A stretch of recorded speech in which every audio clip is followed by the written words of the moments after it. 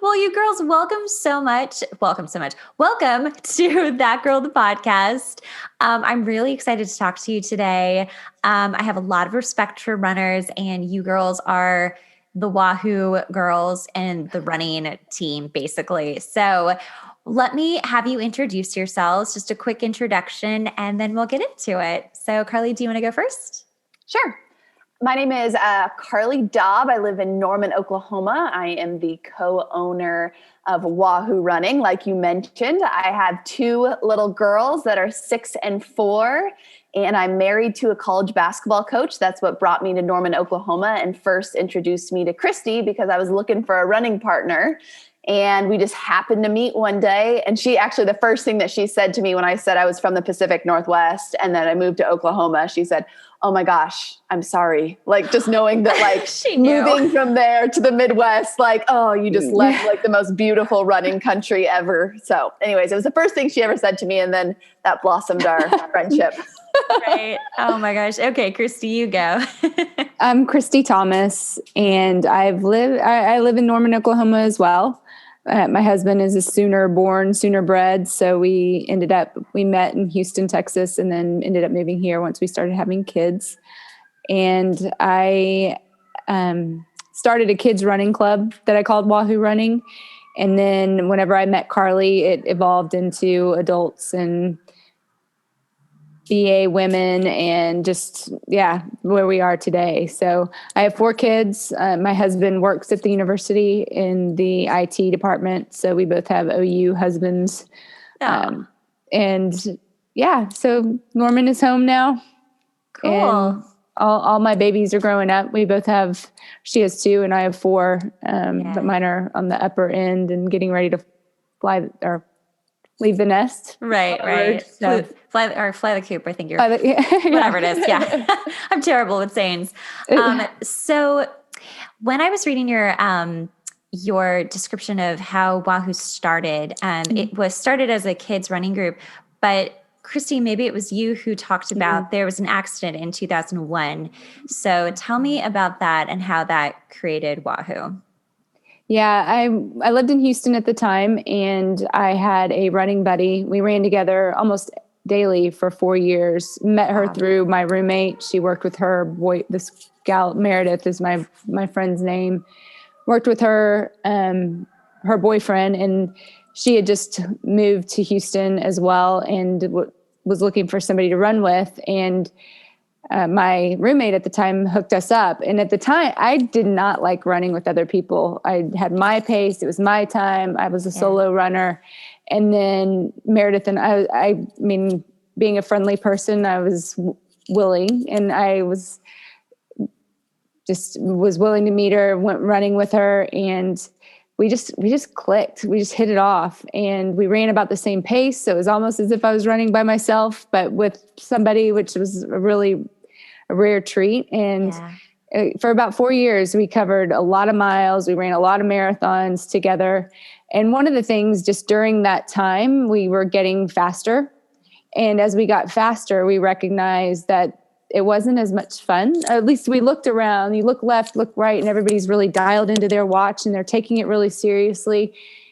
And while we enjoyed accomplishing things and we enjoyed getting better, we didn't want to lose the fact that this was for fun. This was for joy. This was for like a release, not something else to add to the list of pressures in life. And so in an attempt to keep it fun, and I don't even know how we came up with it, we started wahooing at races. So we would you're running, and then there'd be different packs of spectators. And when we would get to a pack of spectators, we would just belt out a big woohoo during a race. And then the crowd would get into it, and then they'd start cheering for us. And we'd leave that pack of people smiling and having a good time and laughing and still doing really well in the race. And so that just kind of became our MO, was we wahoo often, and we wahoo anytime we can. And so then came July 7th, 2001. We had just done a 3-hour long run. She was helping me train for an Ironman, just doing all the running with me. And later that afternoon, I got a call around, I think it was around 4 p.m. from her husband, and he was hysterical. And I didn't know what was going on. I thought he was playing a joke on me. My mind wasn't there, but a small storm had rolled in off the Gulf like it often does in Houston. And she had gone outside to just kind of check out the weather and was struck by a bolt of lightning in her front yard. Oh my gosh. And so I get this call. He's hysterical. He's like, Meredith's in the hospital. She was struck by lightning. And I'm like, Tim, what are you talking about? No, what do you know? And he was like, yes, she's in the hospital and I don't know if she's going to make it. And I mean, all of our worlds turned upside down in that moment. And so of course we dropped everything. I was in the middle of cooking dinner, dropped everything and headed to the hospital. And, the doctor came out and just said that there had been a lot of damage to her heart and that she probably wasn't going to make it. And sure enough, she ended up dying that night. And it was just, it was devastating. It was devastating for so many people. She was only 27 years old and just a really vibrant person. And it took me a long time to want to get back into running. I didn't do my Ironman. It was only a month out. I couldn't do it. Some people can rally and say, I'm going to do it for Meredith, and go and kick butt at the time, but I couldn't. It felt like I was trying to run on one leg. And it took me a while to get back into running, and I'd started, and there was so many great people around me. It wasn't that I was without people willing to run with me or, to partner up with or whatever, but it just wasn't Meredith. And so again, it just took me a while. After that happened, there was this instant desire to do something to honor her, do something that would bring, just kind of continue her spirit, her mission in this world. And just didn't know what it was. I went through all sorts of ideas and just nothing ever seemed right. And then fast forward, 13 years and a move to Norman, Oklahoma from Houston. And I just thought one day a friend of mine asked me if I would help her son, because he needed help with running because he was going to get into triathloning. I'm like, sure, I'll help him. And he dreaded the running, and I was trying to make it fun for him. And so that's kind of where the seed was planted, was working with this kid, Josh. And I thought, I could do this for other kids, because so many kids think of running as punishment. And and also running is a friendly entry into coaching. They tend to be more receptive, and adults kind of scrutinize things. And so it just seemed right. And so I did a little running club here in Norman. We did it a spring of 2014, and then did it every spring and every fall. And just those kids, the joy that they had just in crossing their little race. We did a little makeshift race for them, and them crossing their finish line and getting their goal. It was a lot. There was a lot of joy. It was a lot of fun to see them and see that they kind of made that connection, that there can be joy in this sport called running. And it's something they can carry on for their lifetime. It's not like gymnastics. It's not like, there are adults that play soccer, but the likelihood of any of those sports carrying through is pretty minimal. But running is one of those things that can definitely carry you through for, I just turned 50 years old, so I've been running for a long time. Yeah. But then I met Carly. A lot of friends had been asking me about training, because I was not somebody, everybody knew people who were injured all the time. And I just wasn't injured. I trained smart, and at Wahoo, we train people to run wisely and to hopefully avoid injury. But when I met Carly, she was I guess you were 9 months away from having a baby or something. You were very close to getting pregnant with Riley. And after she had the baby, I just asked her, hey, do you want to train for Fort Worth Marathon? And she said, yes. And I didn't realize what I was getting myself into, because she was like, I told my husband, this is like a job. I'm going to be there. And I'm thinking, she'd probably be a little bit hit or miss. And she had to drag me out of bed for a workout. One of our very first workouts, I overslept. I'm like, oh my gosh, this new mom is got her game face on. But as we covered the miles together, very similar to my relationship with Meredith, running expedites friendships, and that side by side, elevated heart rate, elevated blood pressure, it tends to open people up, and you start talking and sharing more about life than you would just across the table at a coffee shop. Right. And so we too became fast friends, and she we trained for that race together. And during that time is when we talked about kind of joining forces and maybe taking it into the adult arena and still maintaining the kids, but go from there. So that's kind of how it all happened. I love this. That's a remarkable story too. I mean, when you said an accident, I did not think lightning. Yeah. It sounds like, oh, you're joking. Like I can see why you would think he was joking. Yeah. But what a beautiful way to memorialize. I don't actually how do you say that? Memorialize. Yeah. Yes. I think, yeah. Right.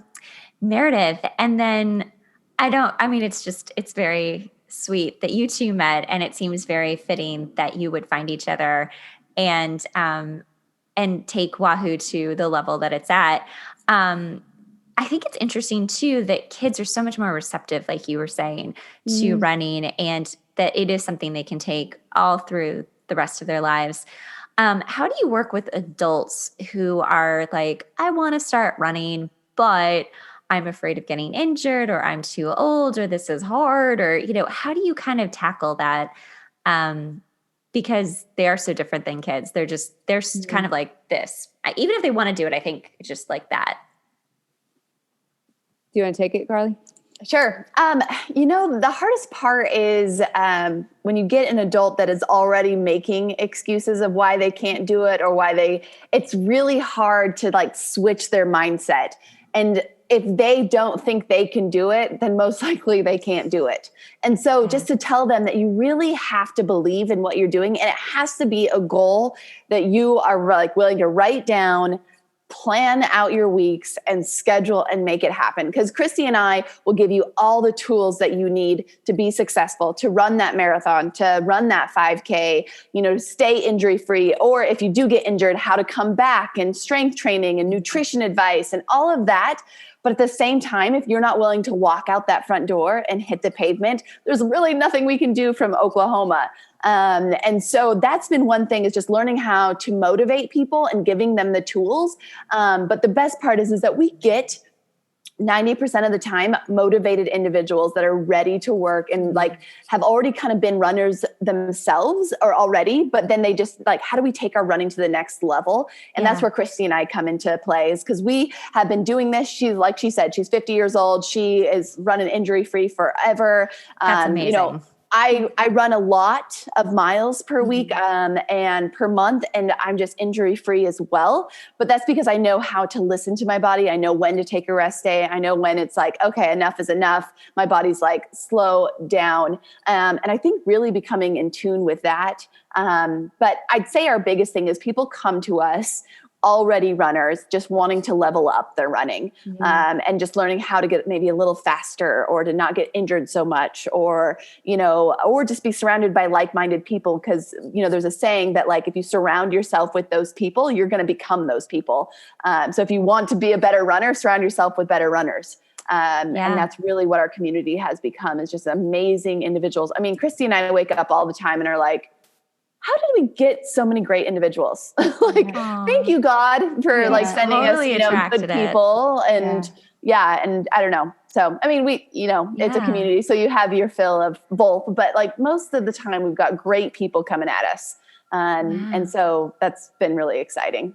And I'm sure even if you get the occasional, strange apple or whatnot, I think it's hard to not be inspired when you are around a group of people who are so positive and so motivated.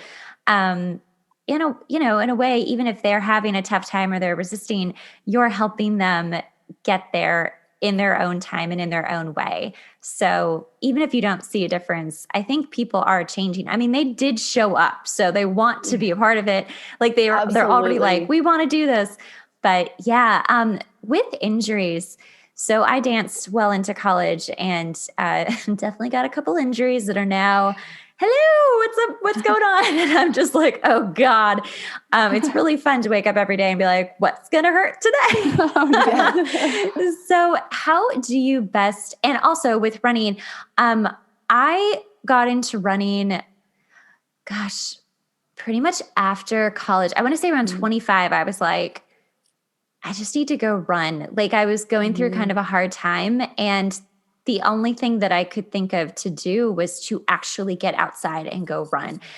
And I've been doing it ever since. Now, I do not run like you girls do, but I do mainly like long distance walking with some running in there. So I keep it kind of more, thank you. Yay. I keep it a little bit more gentle, but it is such my favorite place to go. It's a walking meditation, essentially. You know, it's my favorite place to just work stuff out. And that's what I started it with. I was like, I have this thing happening. I need to physically move my body to help me brain figure it out, you know? So do you find that a lot of people start running because of that? Definitely. I mean, I think there's I don't think anything can get the endorphins flowing like running can. And I also think that just letting your mind process and get like stepping away, and anytime you can get outside, it's a beautiful thing. I mean, and I know treadmills have their place, and if that's all you've got, that's all you got, and do it. But if you can get outside, and then even outside in nature, I mean, there's science behind what that does to your brain and helps you solve problems and all of that. So I definitely feel like the inner peace, the endorphins, everything that comes from running you just can't beat it with any other activity.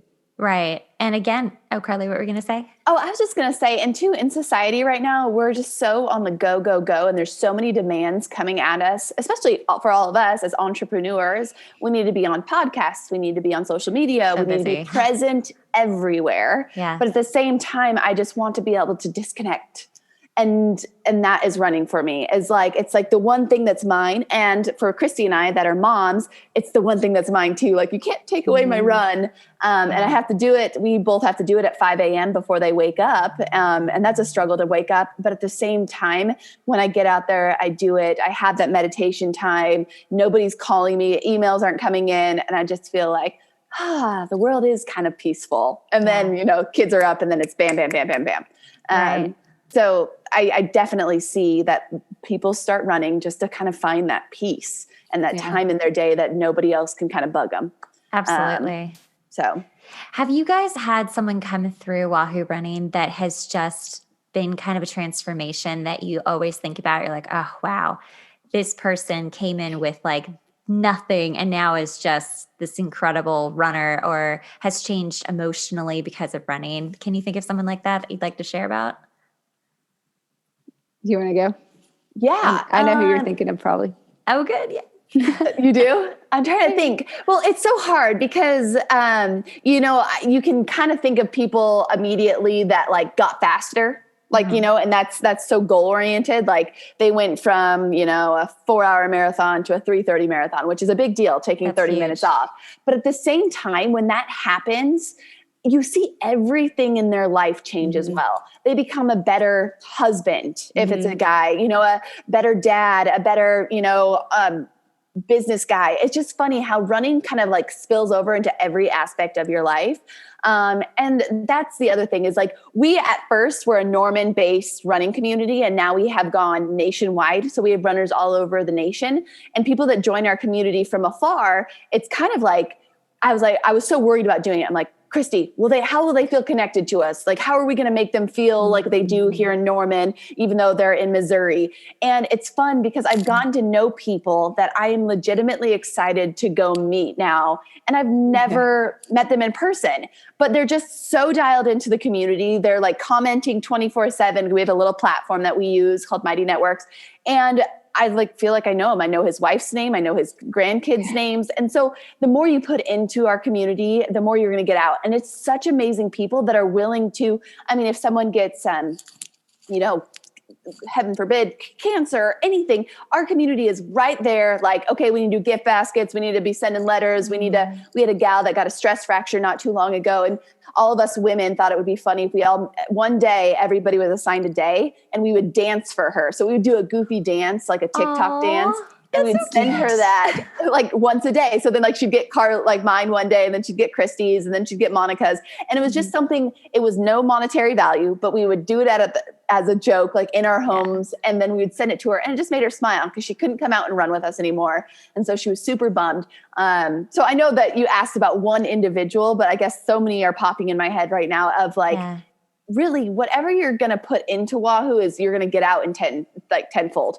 It's been a really cool community to see where it started and then now see where it's at. Right. And Christy, did you have someone that you wanted to talk about, or? Yeah. Well, I mean, she kind of alluded to one of them. Well, one person that I know of, I guess I can mention her name, or I can just say a mom that doesn't live here in Norman. And she's been with Wahoo for a while, and then she got her husband to join Wahoo, but she's been really hit or miss, like on fire, not on fire, then dormant, on fire. It just, and there, no consistency has been there. And we had a conversation, a pretty honest conversation not too long ago, and she homeschools her kids. And I know that her mind is really important to her, and her kids' education is really important to her. So I finally thought, I'm looking at like what I've got scheduled for her for a month or what she's got on her plan. And I did the math, and I'm like, if you hit 5 of 7, you'll be a C student. So if you're good with being a C student, you only have to hit 5 of these 7, or whatever it was. Yeah. And if you look at her calendar now, ever since that conversation, it's insane. I mean, she's dialed in and she's doing the work, but all it took was trying to figure out what would speak to her. And something in that conversation lit her up, and that she's doing amazing. And it's so fun to get on her and see what she's done, because we have access to a lot of our community. We can see, like their progress and what they're doing, and if they've been hitting their workouts or not. So seeing that has probably been the most recent, like there's consistency happening. And we've talked about that, like as far as injury and prevention and that type of thing is concerned. I mean, consistency is huge. And if you're showing up, and it doesn't have to be showing up running your hardest every single day. I mean, that's the one big thing that we get to get faster. Slow down. 80% of your runs should be much slower. So when you said you walk and do some running, we were like, a lot of people should be doing that. And I don't know why walking gets like put down like the stepchild. It is. And it shouldn't be. It is so good for you. I mean, why take something high impact when you can keep it low impact and get the same cardiovascular benefit? Yeah. You should keep it there. And then you'll have days where you'll run and you'll run hard. But for the most part, 80% of your running is going to be easy. And so if you're consistent with that, consistent runners are more likely to not get injured. They're going to stay healthy. And if you're healthy, you're consistent. If you're consistent, you're going to keep getting better.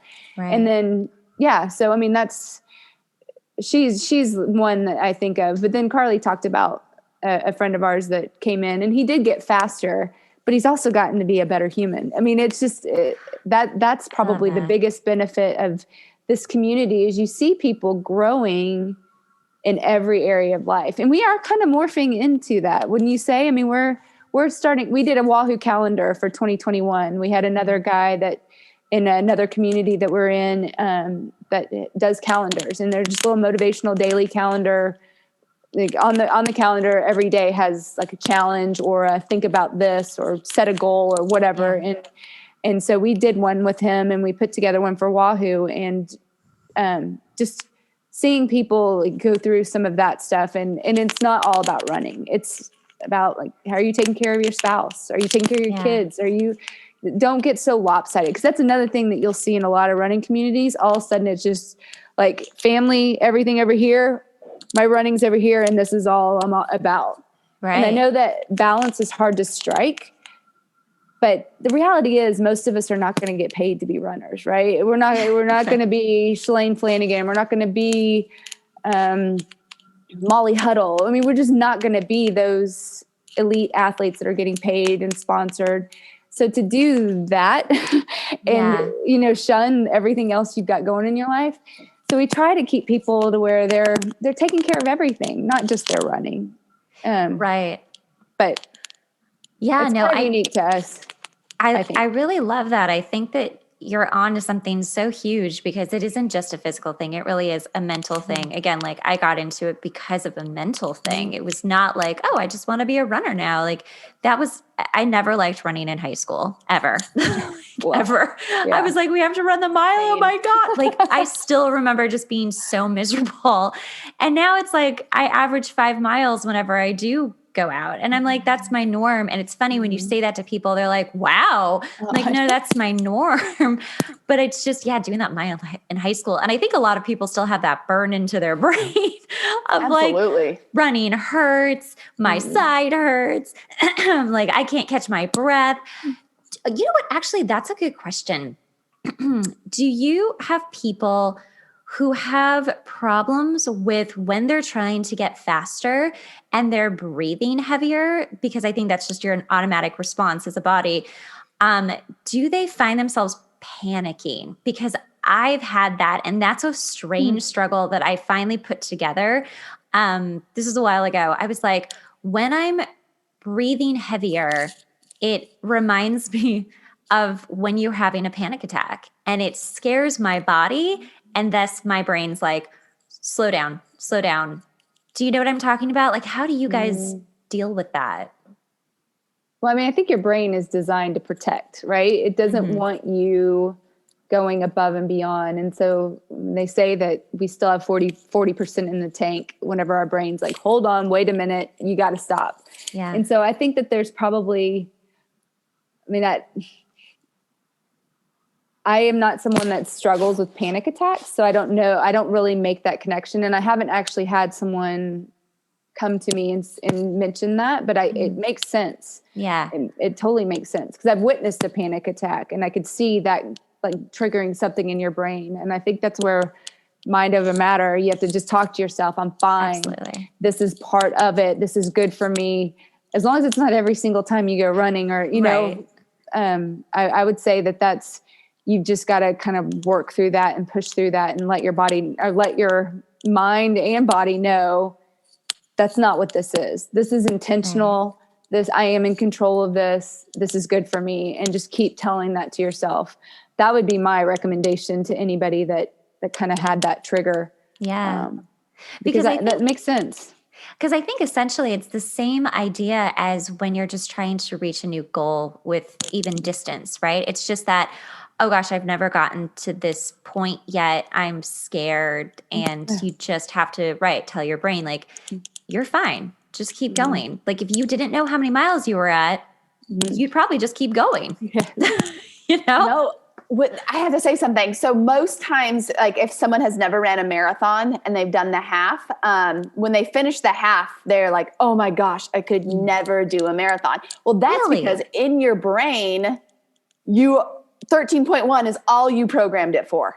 So when you hit that 13.1 or just finish your half marathon, you're like, no way. But it's crazy that when you run a marathon, you're only thinking 26.2. So when you hit that 13.1 mark, it's like, oh, it doesn't even register that would be the end because you've already, your brain is so powerful that whenever you think you're going to be done, you're done. So if you think you're done at 13.1, you're done. If you think you're done at 26.2, or, if you're going for a 50 miler, you can do it, but 51, you can't. Like, it's just so crazy that like you totally put those barriers up. Like, no, I only do 5-mile walks. I don't do 6. Like, it's just like, it's funny how that we can do that to ourselves. We can handicap ourselves by just like saying, oh no, I have a 10-mile run this weekend, not a 12. Like, nope. And it's so funny because like, what's the difference really in 10 or 12? For some people, there's a big difference, but most runners, it's not a huge difference. Right.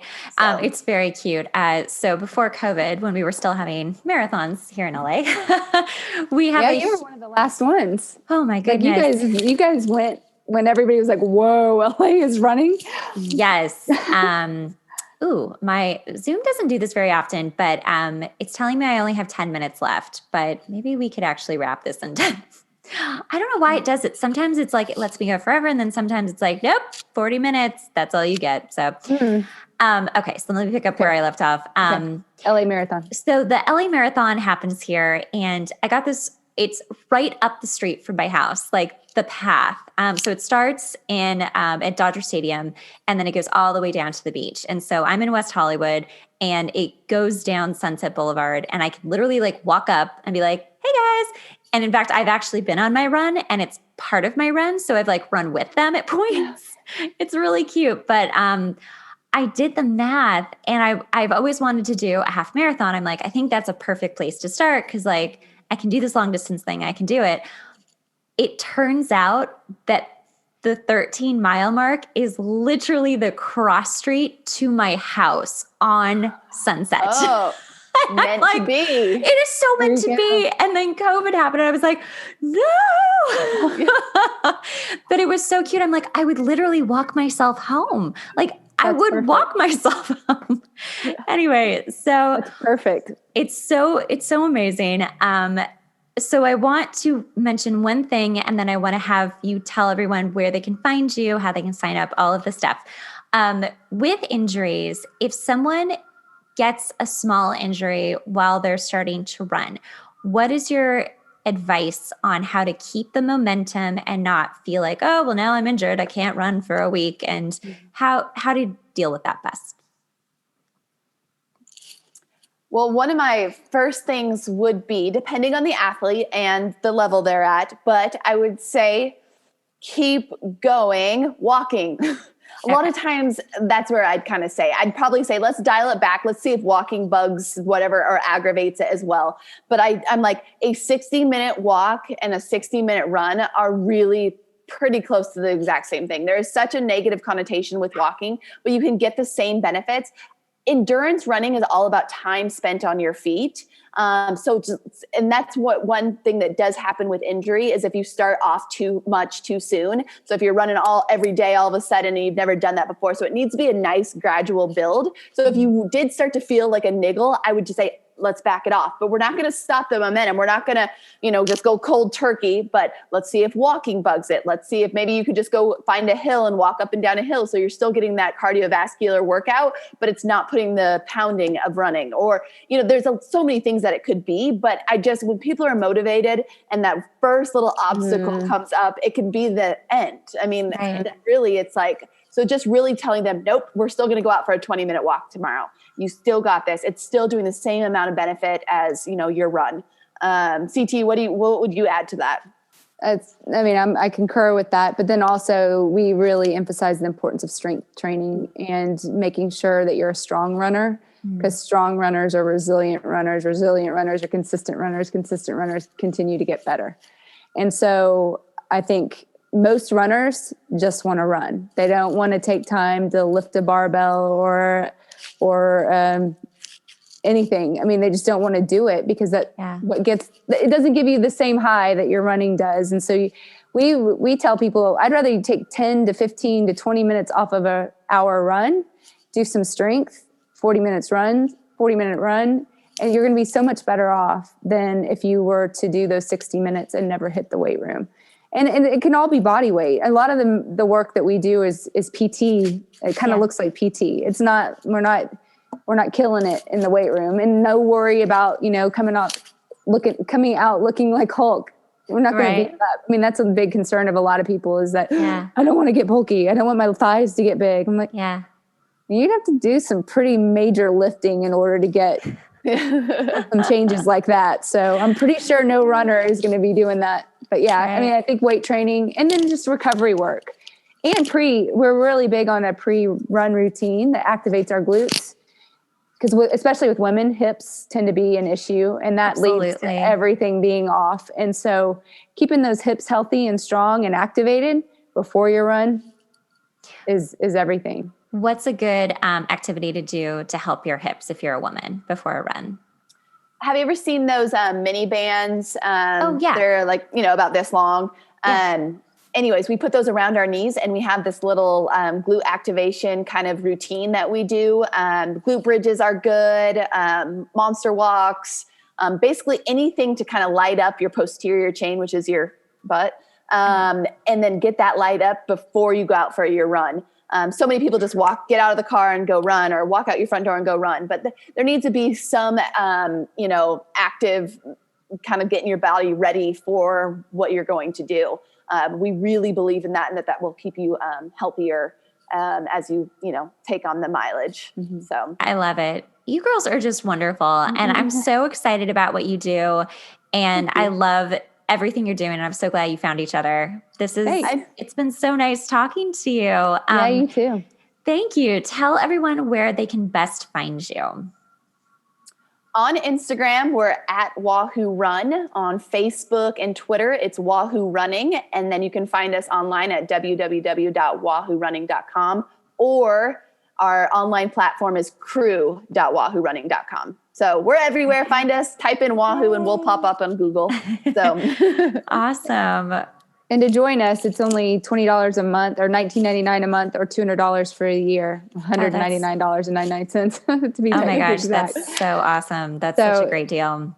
And you get a lot. I mean, you get a lot for that, a lot more than you bargained for sure. So I think so. From listening to you guys just about the community, it sounds incredible. What an amazing group of people that are coming together and just making each other better.